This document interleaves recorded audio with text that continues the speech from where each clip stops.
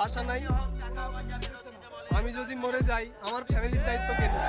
আমরা জমি বিক্রি করতেছি, টাক মায়ের গহনা আছে, গহনা বিক্রি করছি, করে টাকা পয়সা দিচ্ছি আমরা ভাই।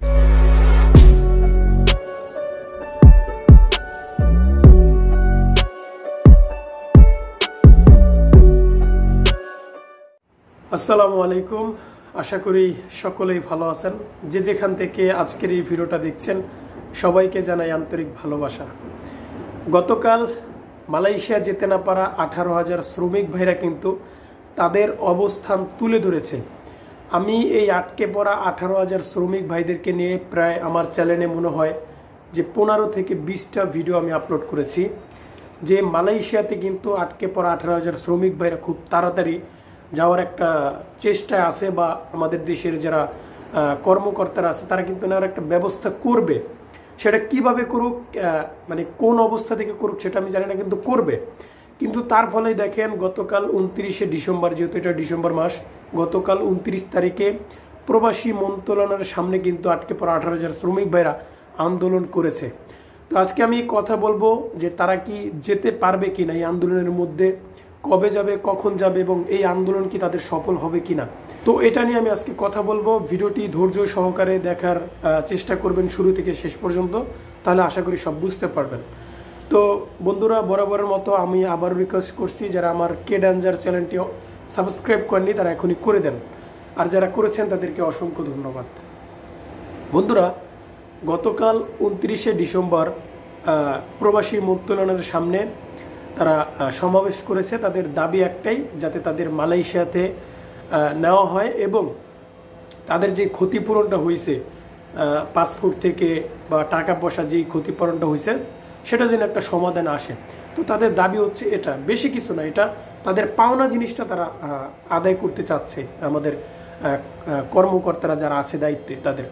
এখন বর্তমানে এই তাদের যেই আন্দোলনের যে দাবিটা সেটা কি পূর্ণ হবে কিনা, তাদের এই মানে আন্দোলনটা, তাদের সমাবেশটা তারা করতে পারবেন কিনা। যেহেতু গতকাল আন্দোলন করেছে, সেই আন্দোলনে কিন্তু এখনো পর্যন্ত ভালো কোনো একটা রেসপন্স আসে নাই। আমাদের ডক্টর আসিফ নজরুল সাল যিনি আছে দায়িত্বে, প্রবাসী মন্ত্রণালয়ের যে দায়িত্বে তিনি আছেন, তিনি কিন্তু এখনো পর্যন্ত কোনো একটা রেসপন্স দিতে পারেনি। প্রবাসীদের শান্ত থাকার আহ্বান পর্যন্ত করেছে।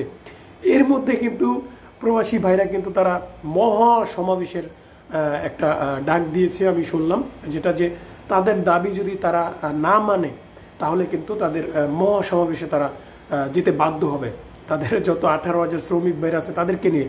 এখন কথা হচ্ছে যে এই সমাবেশের আগে এই আন্দোলনটা বা তাদের সমাবেশ যেটাই হোক, মহাসমাবেশ বা তারা শান্তিমতো যেটা সমাবেশ করে তারা ঘরে ফিরবে, তারা কি নিয়ে ফিরতে পারে। আমার আশা যে তাদের একটা সলিউশন দিয়ে তাদেরকে ঘরে ফিরাবে আমার বর্তমানে যারা আমার দেশের কর্মকর্তারা রয়েছেন। কারণ এই আটকে পড়া 18,000 শ্রমিক ভাইরা প্রত্যেকটা কিন্তু প্রায় 4-5 লাখ টাকার মতো খোয়াইছে। দ্বিতীয়ত হচ্ছে কারো পাসপোর্টে, অনেকের পাসপোর্ট পর্যন্ত নাই। ঠিক আছে, তারা বলল যে আমাদের পাসপোর্ট এবং টাকা সহ অনেক এজেন্সি, মানে ভুয়া এজেন্সি, তারা মানে মানে দূর হয়ে গেছে, তাদেরকে এখনো খোঁজ খবরে মিলাতে পারছে না। তো আমার আশা এবং প্রবাসীদের পক্ষ থেকে এবং সকল যে 18,000 ক্ষতিগ্রস্ত প্রবাসীদের পক্ষে আমি যেটা বলতে চাই, যে মেসেজটা দিতে চাই যারা কর্মকর্তা আছেন দেশের, তাদেরকে, যে আপনারা প্রবাসীদের এই ক্ষতিপূরণের একটা ব্যবস্থা করেন, এবং না হয় নতুন বছরে, যেহেতু জানুয়ারি মাস আর 2টা দিন পরেই, আপনারা এই নতুন বছরে মালয়েশিয়া তাদেরকে কিভাবে নেওয়া যায় সেই ব্যবস্থাটা অন্তত তাদের করে দেন। কারণ অনেকেই কিন্তু এখানে, অনেকেই মধ্যবিত্তের মানুষ, কারণ অনেকেই টাকা পয়সা আলা না, সবাই প্রায় গরিব ঘরের ফ্যামিলির ভাই ব্রাদার। তো তাদেরকে আসলে এই বিষয়টা গুরুত্বের সঙ্গে দেখবেন এবং তাদেরকে এই ক্ষতিগ্রস্ত এই অবস্থা থেকে তাদেরকে বাঁচিয়ে তুলবেন আশা করা যায়। তো বন্ধুরা, আজকেই ছিল আটকে পড়া 18,000 শ্রমিক ভাইদের আপডেট, এবং বর্তমান পরিস্থিতি সামনে কি হয় সেটা নিয়ে আমি আবার নতুন করে ভিডিও নিয়ে চলে আসবো। ওই পর্যন্ত আমার চ্যানেলের সাথে থাকুন এবং কমেন্ট করে আপনার মতামত জানাতে পারেন। তো বন্ধুরা, ভালো থাকবেন সবাই, খোদা হাফেজ।